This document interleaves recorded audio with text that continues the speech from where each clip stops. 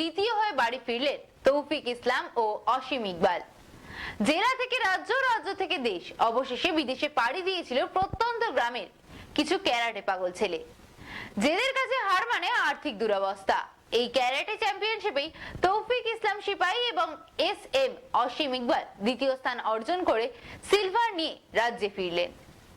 জাতীয় স্তরে ভালো ফলাফলের জন্য অনেক আশা নিয়ে অসাধ্য সাধন করে জেলা থেকে রাজ্য, রাজ্য থেকে দেশ, অবশেষে বিদেশে পাড়ি দিয়েছিল প্রান্তিক এলাকার প্রত্যন্ত গ্রামের কিছু ক্যারাটে পাগল ছেলে। তাদের মনের মধ্যে অদম্য জেদের কাছে হার মানে আর্থিক অবস্থা।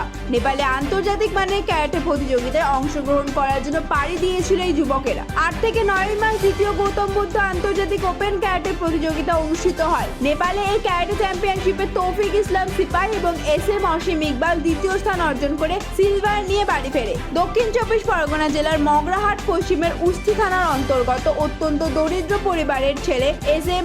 অসীম ইকবাল ও কারবালার বাসিন্দা তৌফিক ইসলাম সিপাহী। মার্চ মাসের 8 থেকে 9 তারিখে শুরু হয়েছিল নেপালের দ্বিতীয় গৌতম বুদ্ধ আন্তর্জাতিক ওপেন ক্যারাটে চ্যাম্পিয়নশিপ 2024, যার সমাপ্তি ঘটে 9 এপ্রিল। এই প্রতিযোগিতায় অংশগ্রহণ করেছিলেন ভারত সহ 7টি দেশ। তাদের মধ্যে সিনিয়র বিভাগে তৌফিক ইসলাম ও এস.এম. অসীম ইকবাল দ্বিতীয় হয়ে সকালে দেউলা স্টেশনে নামলেন। अरे भैया कहाँ हैं आप? अरे ऐप में तो 5 मिनट दिखा रहा है। तो ऐसे कीजिए, कैंसिल कर दीजिए, मैं दूसरी कैब कर लूंगा। क्या बात कर रहे हैं आप? ऐप में तो 500 रुपए दिखा रहा है, आप एक्स्ट्रा क्यों मांग रहे हैं? क्या आप भी रोजाना ट्रेवल करने के लिए कैब बुक करते हैं? और क्या इसी तरह के एक्सपीरियंस का सामना करना पड़ता है आपको भी? तो आइए, अब इस एक्सपीरियंस को बेटर बनाने का टाइम आ गया है रेडी टू कैब के साथ। रेडी टू कैब से इंडिया का most trusted and fastest growing cab booking platform. Ready to cabs पर आपको कैब बुकिंग सर्विसेज ही नहीं बल्कि यहाँ पर आप local taxi, rickshaw, AC non AC taxi सब बुक कर सकते हैं। और सबसे अच्छी बात तो ये है कि यहाँ पर आप अपना फेयर खुद डिसाइड करते हैं, है ना ये अच्छी बात।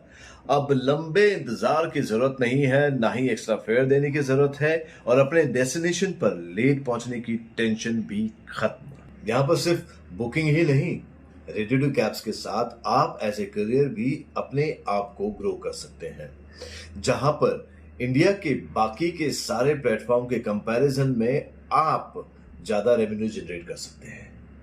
तो अब इंतजार कैसा, बनाओ अपने कैब बुकिंग एक्सपीरियंस को बेटर रेडी टू कैब्स के साथ।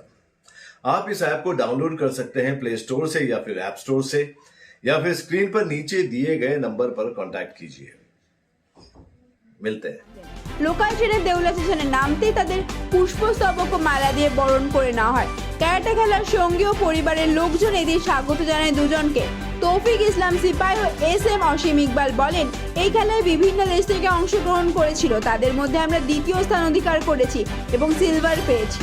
আগামী দিনে আরও ভালোভাবে প্রস্তুতি নিয়ে এই খেলায় আবার অংশগ্রহণ করব আমরা এবং প্রথম স্থান অধিকার করে গোল্ড মেডেল নিয়ে আসবো।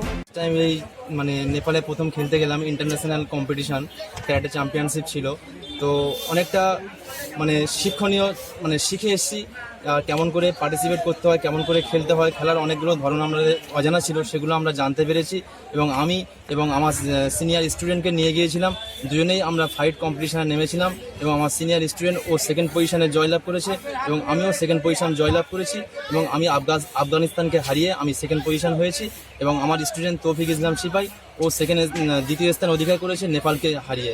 এবং আমাদের সত্যি খুব ভালো লাগছে আজকে এই দেউলার বুকে আমরা যে হাসি মুখে গিয়েছিলাম এবং হাসি মুখে আসতে পেরেছি, এটাই আমাদের কাছে খুব গর্বিত বলে মনে হচ্ছে। বলবো যে সমস্ত বাচ্চারা পড়াশোনার সাথে সাথে আসে তাদেরকে একটাই বার্তা দেবো, তারা পড়াশোনার সাথে সাথে খেলাধুলার সঙ্গে সঙ্গে ক্যারাটে জিনিসটা শেখাটা অনেকটা গুরুত্বপূর্ণ আমি মনে করি। বলতে এই নেপালে ইন্টারন্যাশনাল খেলতে যাওয়ার আগে আঞ্চলিক প্রধান মেম্বার ওদেরকে জানানো হয়েছিল আর্থিক দিক থেকে সাহায্যের জন্য, যেহেতু আমি আর্থিক দিক থেকে অনেকটা অবস্থা খারাপ আছে আমার, তো সেই জন্য জানানো হওয়ার পরে ওরা খুব একটা গুরুত্ব দেয়নি। তো আমরা আমার মা, আমার কোচ, আমার মামা সবাই মিলে আমাকে আর্থিক সাহায্য করে আমাকে নেপালে পাঠিয়েছিল। তো আমি আঞ্চলিক নেতা আমাদের গ্রামের প্রধানকে বলেছিলাম, তো কোনো গুরুত্ব দেয়নি। দেখুন কে করবে না করবে এইটুকু বলতে পারছি না, কিন্তু আমি বলবো যতদিন আমার যে প্রাণ আছে আমি এই ক্যারেটেকে এগিয়ে নিয়ে যাব, আস্তে আস্তে যাব, কিন্তু এগিয়ে আস্তে আস্তে উঠবো। আমি এত তাড়াতাড়ি উঠতে চাই না, আমার নিয়ে থেকে আমার যেটুকু আছে আমি আস্তে আস্তে উঠবো। যদি কেউ না দেয় আমি আস্তে আস্তেই যেমন যাচ্ছি তেমনই যাবো। আছে WKF ওয়ার্ল্ড চ্যাম্পিয়নশিপ দেয়, সেটাও খেলার ইচ্ছা আছে, অলিম্পিক আছে সেটাও খেলার ইচ্ছা আছে, কিন্তু একটা জিনিস আর্থিক দিক থেকে অসুবিধা হয়ে পড়ে। সেই জন্য আমরা কেন, অনেক স্টুডেন্ট আছে, অনেক প্লেয়ার আছে ক্যারাটে কাজ যারা আর্থিকের জন্য খেলতে যেতে পারে না।